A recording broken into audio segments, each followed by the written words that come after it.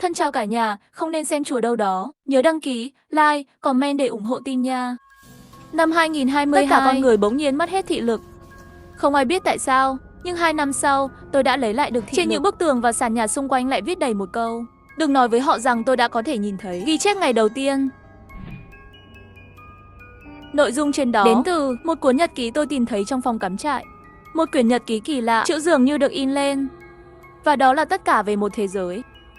Kỷ lục về thảm họa mù loà, nhưng trên thế giới chưa từng xảy ra chuyện như vậy đâu. Bây giờ là tháng 1 năm 2024. Làm sao tôi có thể không biết chuyện gì đã xảy ra trên thế giới 2 năm trước? Thế là tôi tiếp tục đọc nhật ký. Trong phòng hồi sức 1 tháng rồi, nguồn gốc của chữ này vẫn chưa rõ ràng. Đây là đâu? Không phải thành phố của tôi, quần áo của mọi người đều có sơn. Về những họa tiết kỳ lạ, nhưng những bộ quần áo này, họ tìm thấy chúng trên đường chạy trốn. Đưa cho chúng tôi không biết chuyện gì đang xảy ra. Tôi cũng không biết còn có thể giấu được bao lâu nữa. Điều gì xảy ra nếu bị lộ? Nhật ký chỉ có thể viết vài câu khi người khác không chú ý. Có ai khác nhìn thấy không? Ghi lại trong nhật ký 31 ngày, vài ngày sau khi nhìn thấy ở đây. Tôi ở cách chỗ tôi tìm thấy chỗ nhật ký không xa, tìm thấy một chiếc áo 3 lỗ bị chôn vùi trong đất. Trên đó vẽ một con chim màu đỏ, có một khuôn mặt người, giống như vật tổ của một số bộ lạc nguyên thủy. Có lẽ đó là những gì nhật ký nói. Tôi rất nghi ngờ, tại sao quyển nhật ký này lại là chữ in? Nếu đó là một câu chuyện hư cấu, vậy làm sao có thể thực sự xuất hiện chiếc áo 3 lỗ này? Tôi hơi sợ. Vì thế quyết định ngày hôm sau sẽ lên đường về nhà. Đêm đó, sau khi tôi thu dọn xong đồ đạc, tôi tiếp tục đọc nhật ký. Tôi cứ tưởng mọi người đều dựa vào việc ôm nhau để giữ ấm, giúp đỡ lẫn nhau mới sống đến bây giờ. Nhưng không phải vậy. Phải có ai đó đang giúp chúng ta. Tôi sớm nên nghĩ tới, chỉ dựa vào những người mù lòa như chúng tôi không thể sống trong rừng được. Nó được ghi vào ngày thứ 54. Còn có người có thể nhìn thấy, họ không bài xích. Tôi phát hiện ra có những người khác trong rừng. Lạ thật, trước đây tôi chỉ tập trung vào việc thảm họa xảy ra như thế nào, không chú ý đến những điều này. Ghi lại vào ngày thứ 87, hóa ra con chim này như thế này. Thì ra người là như vậy. Mùa đông kinh hoàng, xin Chúa hãy để con sống. Vào ngày thứ 100, chúng tôi đang di chuyển. Ghi lại trong hang động đáy thung lũng sơn núi lớn bên sông Thiên Hà. Ghi ngày. Phía sau quyển nhật ký đều là mấy bức tranh mô tả, cũng được in. Tôi đoán đó là một cái gì đó như bản đồ. Bài cuối cùng của nhật ký đã viết một đoạn văn dài. Quả nhiên người ta vẫn nên mù thì tốt hơn, không nhìn thấy thì không có nguy hiểm, nhìn thấy ngược lại mang đến tai họa. Nguồn gốc của văn bản tôi đã tìm ra rồi, người viết chữ thật thông minh, ngốc như tôi. Dù sao thì tôi cũng ra rồi, tôi là người tốt, tôi muốn về nhà. Tôi vừa mua một cái tủ lạnh mới, vừa vặn có thể đông một nhóm chuột. Như vậy là có thể nuôi rắn, nên nói hẳn hoi với vợ. Chắc là em ấy sẽ đồng ý. Tôi đang về nhà, thứ này không liên quan gì đến tôi nữa, nên vứt thôi. Khi tôi nhìn đến đây tôi không hiểu gì cả. Ý họ là sao? Tôi không hiểu, cũng không muốn biết nữa. Sáng hôm sau, tôi đi trên đường về. Hành trình rất thuận lợi, nhưng bước đi, tôi chợt nhớ ra điều gì đó. Bên trái tôi là một khu rừng, cây cối cao vút trong mây. Bên phải là một mảnh đất đá vôi trần trụi, những điều kỳ lạ. Điều này rất giống với ghi chép trong nhật ký. Nhưng may mắn là hang động được đề cập trong nhật ký không xuất hiện. Tôi tự an ủi mình như vậy. Khoảng buổi tối, tôi đến một cây cầu. Có nghĩa là tôi không còn xa đường cao tốc gần nhất. Nhưng tôi nhanh chóng nhận ra có một bóng người đứng trên cầu. Người đó đứng trên cầu một lúc, rồi nhảy khỏi cầu và biến mất. Một khoảnh khắc sợ hãi lớn đã chiếm lấy tôi hoàn toàn. Tôi chạy với cảm giác đại khái, đi về phía cuối cầu trong bóng tối. Nhưng không biết tại sao, ánh trăng càng ngày càng tối, tầm nhìn của tôi cũng càng ngày càng tối. Chạy mãi, tôi nhận ra là không đúng. Tổng cộng cây cầu chỉ dài như vậy, sau 5 phút vẫn chưa đến cuối. Trong bóng tối tôi chỉ có thể đưa tay chạm vào. Bỗng nhiên cảm nhận thấy một vừa thứ cứng vừa lạnh, là vách đá. Một bức tường đá lớn bên cạnh tôi. Và gió lạnh đang thổi tới. Cảm giác như một cái hang. Tôi sợ đến nỗi chân mềm nhũn, trực tiếp ngồi trên mặt đất. Bạn có thể nhìn thấy sao? Phía sau bỗng nhiên có một cô gái. Tôi sửng sốt, vừa muốn trả lời, nhưng lại nhớ tới câu nói đó. Đừng nói với họ là bạn có thể nhìn thấy. Khiến tôi không muốn nói thật. Không nhìn thấy. Thật sự không nhìn thấy sao? Thật sự không nhìn thấy. Chúng tôi cũng giống như bạn. Sau khi tai biến thì không nhìn thấy nữa. Nếu bạn không có nơi nào để đi, có thể đi cùng chúng tôi. Cho đến khi người phụ nữ đó đưa tôi đến trại của họ. Sau khi xuống đất tôi mới biết không phải ánh sáng đã biến mất, mà là tôi hoàn toàn bị mù. Đây có phải là trại được ghi trong nhật ký không? Nhưng tôi luôn cảm thấy không phù hợp với bầu không khí khủng khiếp đó. Đêm đó người phụ nữ lại gần tôi, cố ý hạ giọng. Thực ra gần đây bạn mới bị mù phải không? Đừng sợ, tôi không phải người xấu. Lần này tôi không nói dối, bởi vì tôi đã bị mù. Xem ra bạn thực sự không thể nhìn thấy. Nếu không mọi chuyện sẽ quá khó khăn. Tôi nghi ngờ, lấy dũng khí thử hỏi. Không phải tốt hơn là có một người có thể nhìn thấy sao? Tại sao bạn lại lo lắng như vậy? Người phụ nữ lắc đầu, kể cho tôi một câu chuyện. Một số người đã lấy lại được thị lực, nhưng lại không muốn nói với mọi người. Cuối cùng họ đã phản bội chúng ta. Đầu tiên họ trốn tránh, như thay đổi một người. Sau đó có người rời đi. Cuối cùng vào mùa đông lạnh giá đó, họ lại cấu kết cùng nhau lấy đồ tiếp tế, không nói lời tạm biệt. Cho đến bây giờ chúng tôi không biết nguyên nhân. Kể từ đó, chúng tôi không bao giờ tin những người có thể nhìn thấy. Mùa đông ở đây có buồn không? Không đâu. Không biết tại sao, có rất nhiều động vật để bắt trong khu rừng này, cho nên không thiếu ăn mặc. Chỉ là mùa đông luôn có vài người mất tích, không ai biết đây là nguyên nhân gì. Và mỗi mùa đông, trong khu rừng này sẽ xuất hiện một loại kỳ lạ gọi là tiếng kêu kỳ lạ. Các mùa khác không nghe thấy, có thể là một loài chim di cư đặc biệt, nhưng nó không ảnh hưởng đến cuộc sống của chúng ta. Sau vài tháng sống ở đây, tôi hoàn toàn quen thuộc với trại này, không có gì đặc biệt. Chỉ là một đám người trú ẩn. Họ phân công lao động hợp tác rất tốt, thậm chí còn xây nhiều túp lều. Mặc dù cuộc sống không lo lắng, nhưng tôi không vui. Tôi thật sự muốn sống ở đây mãi mãi sao? Rồi mùa đông đến, tiếng chim hót kỳ lạ đầu tiên vang lên, tầm nhìn của tôi bỗng nhiên trở lại. Lúc đó tuyết đang rơi, tôi chặt cây trong rừng. Khi tôi lần đầu tiên nhìn thấy xung quanh, nỗi sợ hãi lớn tấn công tôi. Tôi có thể thấy rõ trên thân cây, trên đất, ngay cả trên cái rìu trong tay tôi. Tất cả đều được viết bằng sơn màu đỏ với các kích cỡ khác nhau. Đừng nói với họ là bạn có thể nhìn thấy.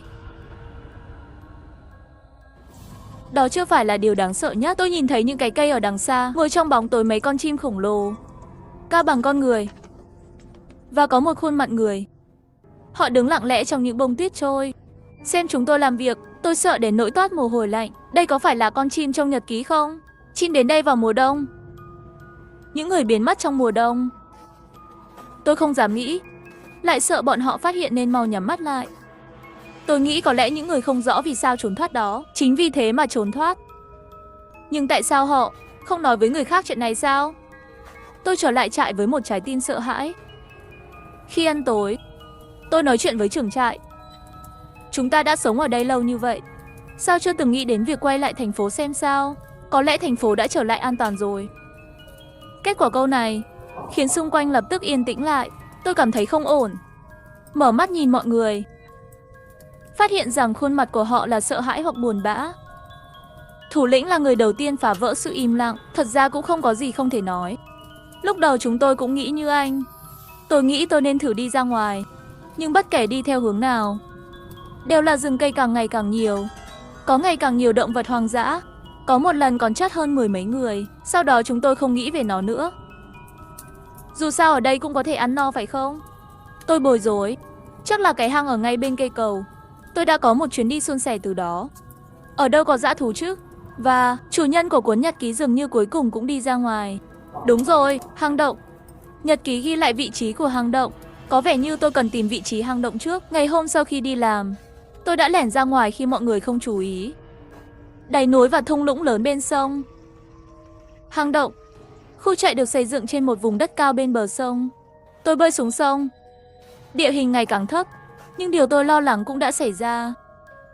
Càng xa trại, những con chim đầu người khổng lồ đó càng nhiều. Lúc đầu là 3 đến 5 con, sau đó lại nhiều đến mức khiến những tán cây trơ trụi rơi đầy tuyết.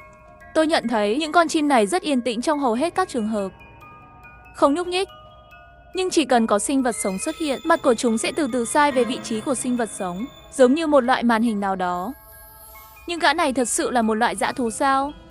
Cảm giác như họ đang thể hiện sự thông minh giống người. Trong khi tôi đang nghĩ về tất cả những điều này, một con chim bỗng nhiên vươn cổ, phát ra âm thanh lanh lảnh. Tôi run rẩy, dừng lại và quan sát. Một cảnh tượng khiến tôi khó tin đã xuất hiện. Cái cây trước mặt tôi đã sống lại, xoắn cành cây như côn trùng. Thậm chí còn từ từ di chuyển vị trí. Chúng đan xen vào nhau thành một tấm lưới lớn, chặn đường đi của tôi. Tất cả diễn ra trong im lặng. Nếu không phải khôi phục thị lực, tôi không để ý. Khi tôi ngạc nhiên, trong rừng lại truyền đến âm thanh của các loại dã thú như hổ, chim ưng và báo. Tôi lặng lẽ nhìn xung quanh. Rõ ràng là không có gì cả. Âm thanh phát ra từ đâu? Tôi nhận thấy một con chim cách tôi mấy chục mét. Nó há miệng. Âm thanh dường như phát ra từ miệng chúng nó. Tôi nhìn những con chim khác, phát hiện bọn chúng đều mở miệng, nghiêng đầu, thể hiện những khẩu hình khác nhau. Chúng đang bắt chước những con vật khác để đuổi tôi đi. Thì ra những người trong trại, trở ngại mà họ gặp phải là như thế này. Thảo nào người mù không thể ra khỏi đây. Bỗng nhiên tôi nhớ đến lời của thủ lĩnh. Ngày càng nhiều dã thú, có lần hơn 10 người chết. Tim tôi đập thình thịch. Nếu tôi đi xa hơn nữa, chúng sẽ tấn công tôi sao? Tôi vội vàng quay đầu trở về trại. Vào bữa tối, tôi đang nghĩ về nó. Làm thế nào để tránh những con chim khổng lồ? Lúc này tôi chợt nhớ đến người phụ nữ đó. Đúng rồi, chị ấy biết tôi. Người duy nhất đi ra khỏi hang động. Làm thế nào chị ta vượt qua được? Xem ra tôi phải tìm. Người phụ nữ sống một mình trong một căn nhà nhỏ ở giữa trại. Mọi người đã làm nó để cảm ơn cô ấy. Người ta nói rằng người phụ nữ này là một trong những người dẫn đường đưa mọi người đến đây định cư. Nhưng khi tôi đến phòng người phụ nữ đó, tôi thấy trên nóc nhà cô ấy đang ngủ một con chim đen khổng lồ. Và con chim đó có khuôn mặt giống hệt người phụ nữ đó. Chuyện gì đang xảy ra vậy? Thân chào cả nhà, không nên xem chùa đâu đó. Nhớ đăng ký, like, comment để ủng hộ team nha. Bạn có thể thấy ngôi nhà này từ hai mô hình này. Có một cái xác. Trước khi câu chuyện bắt đầu, xin quý vị nhớ kỹ hai bản đồ này và nghiên cứu cẩn thận từng chi tiết và thông tin trên biểu đồ. Hãy coi câu chuyện này như một trò chơi lý luận. Bạn có thể dựa trên manh mối, tìm ra sự thật bị che giấu. Bạn tôi mua một căn nhà, nhưng tôi luôn cảm thấy ngôi nhà này có vấn đề. Cô ấy biết tôi là thám tử, vì vậy mong tôi giúp phân tích một chút. Thực ra, ngày đầu tiên tôi chuyển đến đây, tôi nghe nói ngôi nhà này rất lạ. Sao lại nói vậy? Có căn cứ gì không? Để tôi đưa ra vài ví dụ. Dưới nhà là mấy sạp hàng. Ngày đầu tiên tôi chuyển đến, ông chủ sạp hàng nói với tôi, tòa nhà này bị ma ám. Sau đó tôi hỏi ông chủ tại sao lại nói như vậy. Ông chủ nói, vài tháng trước có người nghe thấy tiếng ma khi đi vệ sinh. Giọng nói đó rất mơ hồ, nhưng có thể nghe thấy ai đang gọi. Điều đáng sợ nhất là tiếng kêu này không phải đến từ ngoài cửa sổ, nó đến từ bên trong. Rất nhiều người trong tòa nhà này đã nghe thấy. Lúc đó trong khu phố náo nhiệt. Nhưng âm thanh này chỉ kéo dài vài giờ. Ngày hôm sau biến mất. Thêm, tiếng ma trong tòa nhà chỉ kéo dài vài tiếng đồng hồ. Có chút thú vị, ngày nghe thấy tiếng ma gọi. Cụ thể là ngày mấy tháng mấy? Cái này tôi không rõ nữa, chắc là tháng 7 hoặc tháng 8. Nhưng sau đó mọi người cũng không coi trọng, chỉ coi như là trò đùa của trẻ em trong khu phố. Được rồi, tôi ghi chú rồi. Còn gì nữa không? Có, khi gia đình chúng tôi vừa chuyển đến, trong nhà cũng không có muỗi nói kiến. Nhưng đến mùa xuân và mùa hè năm sau, nhà vệ sinh đầy ruồi. Đôi khi còn có thể tìm thấy dấu vết của chuột. Tôi vì không muốn ảnh hưởng con nhỏ học bài, gọi các công ty chuyên diệt côn trùng để xử lý côn trùng. Mấy ngày đầu vừa rớt xong hiệu quả không tệ. Nhưng vài ngày sau, có nhiều ruồi trong nhà vệ sinh hơn. Kỳ lạ nhất là hiện tượng này kéo dài từ tháng 6 đến tận tháng 10, đến tháng 11. Đám ruồi biến mất. Sau đó chuyện này không bao giờ xảy ra nữa. Hả? Giết ruồi không sạch sẽ? Tình huống này có nghiêm trọng không? Rất nghiêm trọng. Lúc đó tôi còn chụp ảnh. Chỉ vài mét vuông trong nhà vệ sinh thôi, có hàng chục con ruồi bay. Tôi đã xem mô hình hộ gia đình. Tầng 1, tầng 2 đều có nhà vệ sinh. Có phải cả hai nhà vệ sinh đều có tình huống này không? Đúng vậy. Có thể nào cửa ra vào và cửa sổ không đóng kỹ không? Tôi nhận thấy nhà vệ sinh ở tầng 1 có cửa sổ dẫn ra hành lang. Nhà vệ sinh trên tầng 2 cũng có cửa sổ dẫn ra ban công. Chắc chắn không phải là nguyên nhân của cửa ra vào. Chưa kể cửa sổ nhà vệ sinh có cửa sổ chắn. Trong điều kiện bình thường, ban công và hành lang của ai có thể có nhiều ruồi như vậy? Và tôi đã hỏi người hàng xóm ở tầng dưới. Cả tòa nhà chỉ có nhà tôi xuất hiện tình huống này. Nghe có vẻ lạ đấy. Tôi lặng lẽ ghi lại cái này. Chỉ kéo dài 1 năm. Cuối cùng tôi tiếp tục hỏi, có gì lạ không? Có nhà chúng tôi sẽ trộm điện. Trộm điện? Là kiểu trộm điện gì? Nghe tôi từ từ giải thích. Nhà chúng tôi có một cổng điện ở tầng 1, trên tường bên phải cửa vào. Tôi làm theo lời bạn tôi nói, đã đánh dấu trên sơ đồ hộ gia đình và gửi cho bạn bè xem. Ở đây sao? Bạn tiếp tục nói đi. Vào ngày đầu tiên tôi chuyển đến, cả cổng điện và cổng nước trong nhà đều đóng. Chủ nhà còn đặc biệt nói với tôi, tiền điện, tiền nước đều thanh toán hết rồi. Không lợi dụng tôi. Sau khi để tôi chuyển vào, tự mở cổng nước. Như vậy không phải rất bình thường sao? Trong lòng không có gì lạ. Quan trọng là chuyện phía sau. Năm nay vì những lý do đặc biệt, chúng tôi không thể về nhà, chuẩn bị đón năm mới trong nhà thuê. Sau đó liền dự định lợi dụng thời điểm sang năm, dọn dẹp nhà cửa. Phòng đọc sách trên tầng 2, có một dãy tủ sách trên tường cạnh cửa. Cả một bức tường. Khi tôi dọn dẹp thì dọn cái tủ đi. Và ngay cạnh cánh cửa phòng làm việc bằng gỗ, tìm thấy một công tắc điện khác. Tôi nghe xong lời của bạn tôi hơi choáng váng. Vì vậy, mở mô hình thứ hai, vẽ trên đó theo lời bạn bè. Gửi ảnh cho bạn bè sau khi gửi xong. Có phải vậy không? Phải rồi. Sao lại có công tắc điện thứ hai?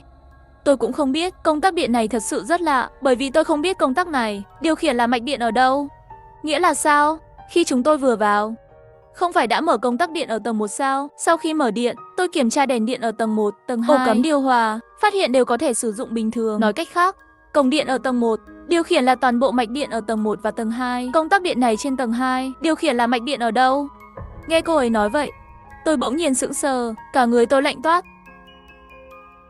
Bạn có đi xác minh chuyện này không? Xác minh rồi, dùng phương pháp gì để xác minh? Tôi đã mở công tắc đó, sau đó kiểm tra từng mạch điện trong nhà. Kết quả xác minh thì sao? Kết quả là ngoài hóa đơn tiền điện tăng vọt, không tìm thấy gì. Giá điện tăng vọt. Phải, sau khi tôi mở cổng điện ở tầng 2, trước tiên đi kiểm tra các mạch điện khác trong nhà, không tìm thấy gì bất thường. Ổ cắm không có ngắn mạch, thang máy không đình công, cả hai công tắc đều không bị ngắt. Vậy, tôi coi công tắc điện này như một vật trang trí, đặt ở đó không để ý. Kết quả là khi tôi phải trả tiền điện sau 1 tháng, hóa đơn tiền điện tháng đó cao tới 1.100 tệ. 1.100 tệ nghe có vẻ hơi đắt. Nhưng xem xét theo tình hình sang năm, đó là cuối mùa đông và đầu mùa xuân, nhà hẳn là sẽ mở điều hòa không khí. Gia đình dành phần lớn thời gian ở nhà. Hóa đơn tiền điện này có vẻ hợp lý rồi. Lúc đó tôi cũng nghĩ vậy, cho nên tôi không để ý chuyện này. Nhưng 2 tháng sau, hóa đơn tiền điện trong nhà về cơ bản đều giữ ở mức 900 tệ. Lúc đó thời tiết ấm lên, không cần bật điều hòa nữa. Tôi thực sự cảm thấy kỳ lạ, vì vậy tôi đã tải xuống một ứng dụng lưới điện thương mại quốc gia, kiểm tra mức tiêu thụ điện trong những tháng này. Không xem không biết, nhìn mới phát hiện tháng 2, tháng 3, mức tiêu thụ điện trong tháng 4 là 1.800 độ, 1,4 độ, 1,3 độ. Con số này có thể nói là khá đáng sợ, hầu như mỗi tháng, tất cả đều tiêu thụ điện hơn 1.000 độ. Dù có nghĩ gì, tôi không nhớ có những mặt hàng tiêu thụ điện năng như vậy trong nhà. Thế là nghi ngờ, công tắc điện của phòng làm việc chưa được đóng sau khi mở. Rốt cuộc, công tắc điện chỉ là một công tắc, bản thân nó không tiêu hao điện năng. Nhưng sau khi công tắc điện trong phòng sách được mở ra, tiêu thụ điện trong nhà tăng vọt, hơn nữa còn không tìm thấy nguồn điện. Cảm giác như... Ngoài ra còn có một phòng không gian ẩn trong ngôi nhà này. Tôi cũng nghĩ vậy, nhưng không thực tế. Tôi thậm chí còn đo thử diện tích của ngôi nhà. Và diện tích này so sánh với mô hình căn nhà giống hệt nhau. Bạn có thể đảm bảo diện tích của bản đồ hộ gia đình là thật được không? Bởi vì bản đồ hộ gia đình nó được vẽ theo sơ đồ hộ gia đình trên sổ tài sản. Ngôi nhà này trên sổ bất động sản trông như thế này. Thực ra cũng không chỉ là vấn đề căn hộ. Quan trọng nhất, anh cũng nói công tắc điện chỉ là công tắc. Nó chỉ chịu trách nhiệm bật điện và tắt điện. Tiêu thụ điện thực sự vẫn là thiết bị điện. Nhưng nói chung, những thiết bị điện nào sẽ tự động khởi động sau khi bật điện. Hơn nữa rất tiêu hao điện. Ngay cả các thiết bị tự giặt phổ biến như tủ lạnh, 1 tháng cũng chỉ cần 30 đến 40 độ điện, chỉ đơn giản như vậy thôi. Để đạt được mức tiêu thụ điện năng như vậy, các thiết bị gia dụng vừa tiêu hao điện lớn vừa khởi động sau khi Tôi nghĩ về mặt trời nhỏ. Mặt trời nhỏ là cái trông giống như quạt điện. Sau khi mở ra sẽ hoạt động giống như đang làm nóng gì đó. Thứ đó chỉ cần điều chỉnh đến vị trí khởi động, sau khi bật điện sẽ tự khởi động. Hơn nữa nó cũng phù hợp với việc tiêu thụ điện năng lớn. Ý anh là cái công tắc trong phòng sách điều khiển một mặt trời nhỏ. Không, tôi chỉ đưa ra một giả thuyết, và giả thuyết này rõ ràng không dựa vào mặt trời nhỏ. Loại thiết bị sưởi ấm này mở liên tục 1 ngày là có thể ngắn mạch, mở liên tục. 3 tháng không mất điện. Gần như không thể xảy ra. Thật đấy, cũng cần tính đến việc mất điện để tiếp tục hoạt động. Chẳng lẽ nói trong nhà này còn có người khác sống? Không thể nào. Căn phòng này nói đến không chỉ không có không gian. Cho dù thật sự có người khác, đã 2 năm rồi. 2 năm nay không có điện, làm sao người đó sống sót được? Cũng có lý. Sau đó bạn xử lý chuyện này như thế nào? Tôi nói với chủ nhà chuyện này. Chủ nhà nói cũng không rõ chuyện này. Bởi vì ngôi nhà này cũng là chủ nhà mua từ một gia đình 3 người. Bên kia nói con trai nhà đó bị tai nạn cần tiền gấp. Vì vậy, với giá giảm tới 20%, bán nhà cho chủ nhà. Ngày thứ 3 sau khi chủ nhà rời đi, cho tôi thuê nhà. Cho nên chủ nhà không biết tình hình bên trong nhà. Chuyện này kết thúc thế nào? Lần cuối cùng, tôi tắt công tắc điện trong phòng đọc sách. Dù sao công tắc điện cũng tắt, mức tiêu thụ điện nhanh chóng trở lại bình thường. Còn gì nữa không? Một điều nữa, ứng dụng lưới điện. Tôi có thể kiểm tra mức tiêu thụ điện hàng tháng của năm trước. Tôi thấy rằng trong 3 tháng của tháng 8, tháng 9, tháng 10 năm 2018, lượng điện tiêu thụ trong nhà là không. Nói cách khác, trước khi tôi chuyển đến, căn phòng này đã không có người ở trong 3 tháng. Sau khi nghe đoạn mô tả này, tôi cũng bắt đầu có cảm giác lông tơ dựng đứng, kết nối một vài điều kỳ lạ cho đến nay. Chỉ có vài tiếng ma trong tòa nhà. Có đám ruồi xuất hiện trong mùa hè trong nhà vệ sinh, trong phòng đọc sách, giấu sau kệ sách. Không biết điều khiển công tắc điện ở đâu, đã 3 tháng không có người ở nhà. Tôi nhìn mấy thứ này, lúc đầu có thể tưởng tượng ra một số khả năng, nhưng những thứ này có thể có lỗ hổng, không thể kết luận vội được. Vì vậy tôi hỏi bạn tôi, tiếp tục hỏi. Ngoài những điều này, nhà có vấn đề gì khác không? Ngoài những thứ này cơ bản không có gì nữa, nhưng ngôi nhà này cũng có những ưu điểm nhất định. Ví dụ, khi mới chuyển đến, trong nhà còn có một chút mùi sơn, giống như đã được cải tạo. Lúc đó tôi còn nghĩ chủ nhà là người tốt. Sau đó mới phát hiện việc cải tạo là do chủ cũ làm. Ví dụ, những ngôi nhà trên mái nhà thường rất nóng, nhưng cách nhiệt của ngôi nhà này rất tốt. Ngay cả trong mùa hè, tầng 2 cũng sẽ không có nhiệt độ tăng rõ rệt. Ngoài ra, tiền thuê nhà cũng rất rẻ. Tôi nghe những điều bạn tôi nói, nhăn mày suy nghĩ. Nói chung, một cái gì đó có vẻ bất thường. Nó luôn có thể được giải thích bởi những nguyên tắc rất phổ biến. Có lẽ vấn đề của căn nhà này không phức tạp, chỉ là chúng ta làm phức tạp vấn đề. Tôi tiếp tục hỏi bạn bè về căn nhà này. Cô có nói chuyện với hàng xóm không? Không, vì phải chăm sóc con trai tôi. Tôi thức dậy lúc 6 giờ mỗi ngày, mãi đến tối trước khi đi ngủ vẫn rất bận. Tôi đã không nói chuyện với hàng xóm trong nhiều năm. Như vậy bạn tạm thời đừng để ý chuyện này. Cho tôi chút thời gian, tôi sẽ nghiên cứu lại những thứ này. Từ ngày hôm sau, tôi bắt đầu nghiên cứu những điều kỳ lạ mà bạn tôi nói.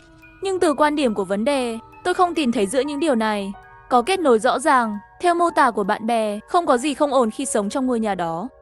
Điều kiện sống tổng thể là tốt, chỉ là thỉnh thoảng có chuyện kỳ lạ xảy ra thôi. Nhưng một loạt các hiện tượng kỳ lạ trong ngôi nhà đó chắc chắn sẽ tìm ra một lời giải thích hợp lý. Ít nhất, tôi không tin lời bạn tôi nói ngôi nhà bị ma ám. Nghĩ vậy, tôi tiếp tục nghiên cứu tình hình ngôi nhà dựa trên ghi chú. 2 ngày sau, tôi vẫn không có manh mối. Cho đến khi tôi bỗng nhiên chú ý đến vị trí tầng 2, bởi vì tôi hiếm khi tiếp xúc với những bản mô hình hộ gia đình này. Khi nhìn từ hình ảnh, tôi không thể nói nó thực sự trông như thế nào. Vì vậy, tôi đã gửi bức ảnh này cho bạn tôi và viết về vị trí này. Bạn có ảnh không? Vài phút sau tôi nhận được ảnh của bạn tôi. Tôi nhìn vào bức ảnh mới hiểu, hóa ra là cấu trúc này. Khu vực đó là hành lang tầng 2, một phần của vươn ra. Phần đường màu đen thực sự là sự tiếp nối của tay vịn cầu thang. Nhìn vào bức ảnh này, tôi lại cầm bản đồ hộ gia đình lên, kết hợp với cuộc trò chuyện với bạn bè ngày hôm trước. Một hình bóng xuất hiện trong đầu tôi. Tôi đặt 2 bản đồ nhà chồng lên nhau để chứng minh giả thuyết của tôi. Nhìn vào mô hình này, tôi đã có một kết luận khủng khiếp. Trong phòng này có một người chết. Tiếp theo là phần tiết lộ của bài viết này. Hãy chắc chắn rằng bạn hoàn thành lý luận trước khi đọc tiếp. Xin vui lòng chú ý đến từng thông tin ở trên. Những lời nói trước không nói nhảm.